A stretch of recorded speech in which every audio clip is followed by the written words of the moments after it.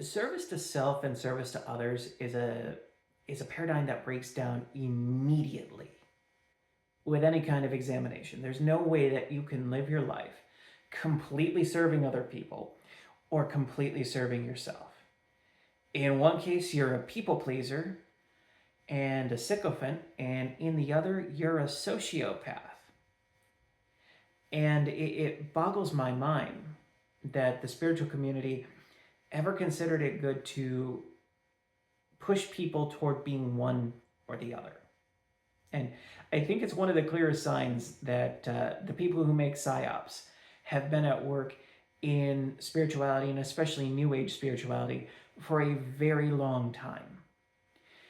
And one of the ways that you can tell that this paradigm is complete nonsense is by the number of times people have to say, it doesn't mean that, in order to justify whatever stance that they hold. So you talk to somebody who is on the service to other side of things, and you say, well, you can't sacrifice yourself and have healthy relationships with people. And they'll say, well, it doesn't mean that. But it does. When you get down to it, it does. Typically, this is adopted by people who are taking the mystic path of dissolving the ego and union with God, union with one. And you're not going to be able to focus so much on helping other people, uplifting other people, doing things for other people, without sacrificing your own wants, needs, and desires along the way.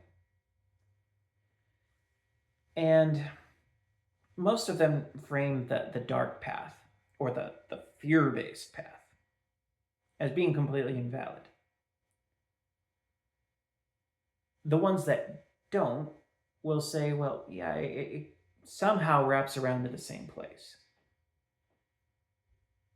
And the ones who would argue for it, or even argue that, yeah, it's dark, but it's not necessarily fear-based, they would say, well, yes, I'm acting selfishly, but I still want people around me. I still want people to like me. I still want to be able to get work and resources.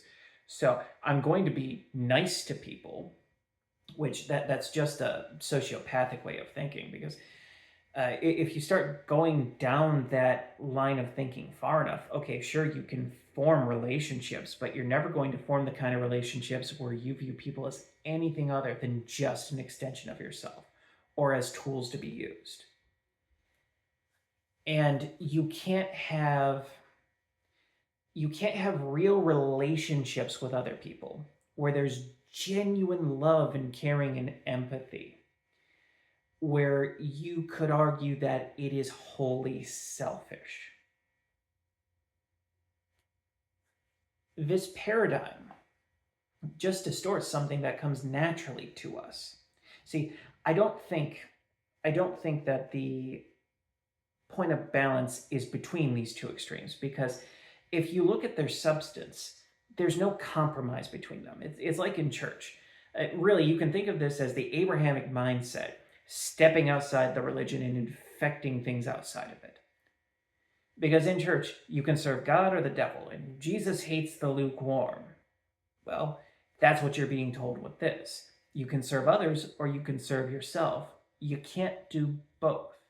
And if you try to walk that middle line, well, we're talking in principles of polarity. So as a light worker, if you try to serve yourself sometimes and serve others sometimes, well, your light's going to get weaker, and vice versa if you go down the other polarity.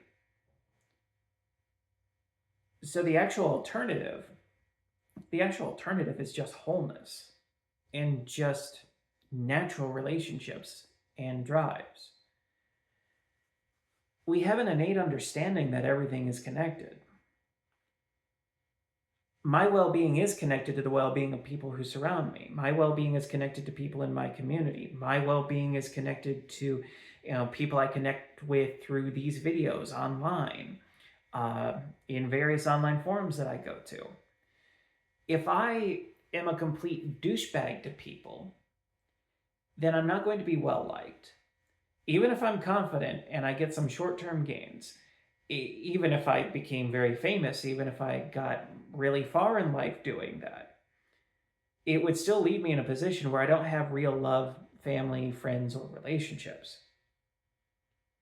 And if I put the emphasis on service above all else, if I'm not aligning that with things that I desire for me, then it's going to be a very miserable and lonely life, where it's like the giving tree, where that tree kept giving and giving and giving to that ungrateful bastard that didn't even appreciate it when it died. That's a horrible story, and I hate that people keep touting it as if it's some virtuous thing.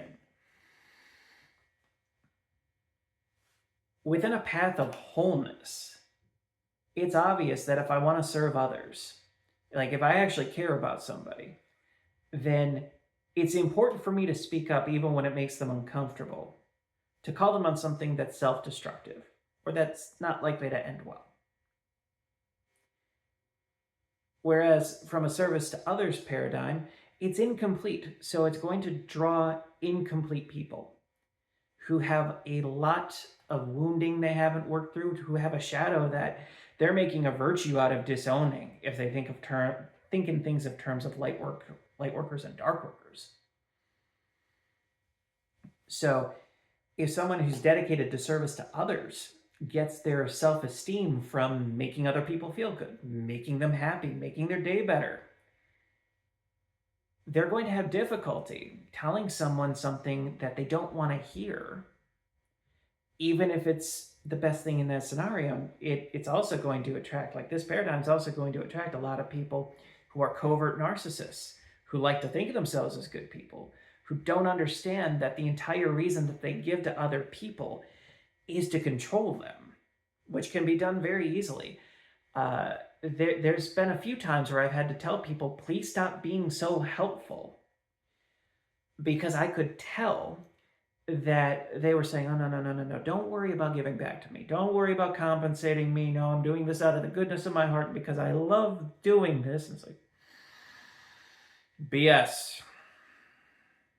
The moment you accept stuff from people like that, there is an expectation of reciprocity that they will never voice. And they'll get resentful over that, even though they outright told you that they don't expect anything. It always goes in that direction. Don't let people who aren't honest with themselves give you things. It's a poisoned apple. This isn't a problem if you develop a healthy sense of self and you understand that, yes, we're connected, but you have limited resources. You have limited empathy. You have limited time. And you need to focus on yourself, on your household, on your community, your friends, and your sphere of influence. Another thing that people who focus on service to others are prone to doing is overly investing in things happening halfway across the world that they don't have any influence over and that they have no ties to. It's not saying that you have to be completely apathetic about things that are happening outside of your immediate neighborhood. But who is it helping for you to be so invested in things that are outside of your control, when you could be putting that energy into your personal relationships, into your community, and into places where you have that influence? All the service to self and service to others thing does, I don't think it gets you closer to God. I don't think it gets you closer to yourself. I don't think that it gets you any further toward godhood, like self-deification, if you're going the quote-unquote fear-based route. I think all it does is fracture yourself internally so that you have a harder time gauging and intuiting what's a win-win situation for me and this other person right now, or for me and this organization right now. And where a win-win can't be had, how can I approach this in a way that's effective but also minimizes casualties, because it's not any good if you make a choice that causes a lot of innocent people to suffer unnecessarily. But within the service to self and service to others paradigm, you don't really have the ethical framework to think in those ways. And with Christianity, you don't really have the ethical framework to think in those ways. But that's a different topic for a different time. We have been divided against ourselves. And I just see this as another manifestation of that, where this wouldn't even appeal to people if they were truly operating from an understanding that, yeah, everything is connected, but things don't function in that sort of black and white way, and people's intentions are not saint or sociopath. And if we stop trying to become saints or sociopaths, and especially if we stop framing that as a virtue, I think that the entire world's going to be a much healthier place.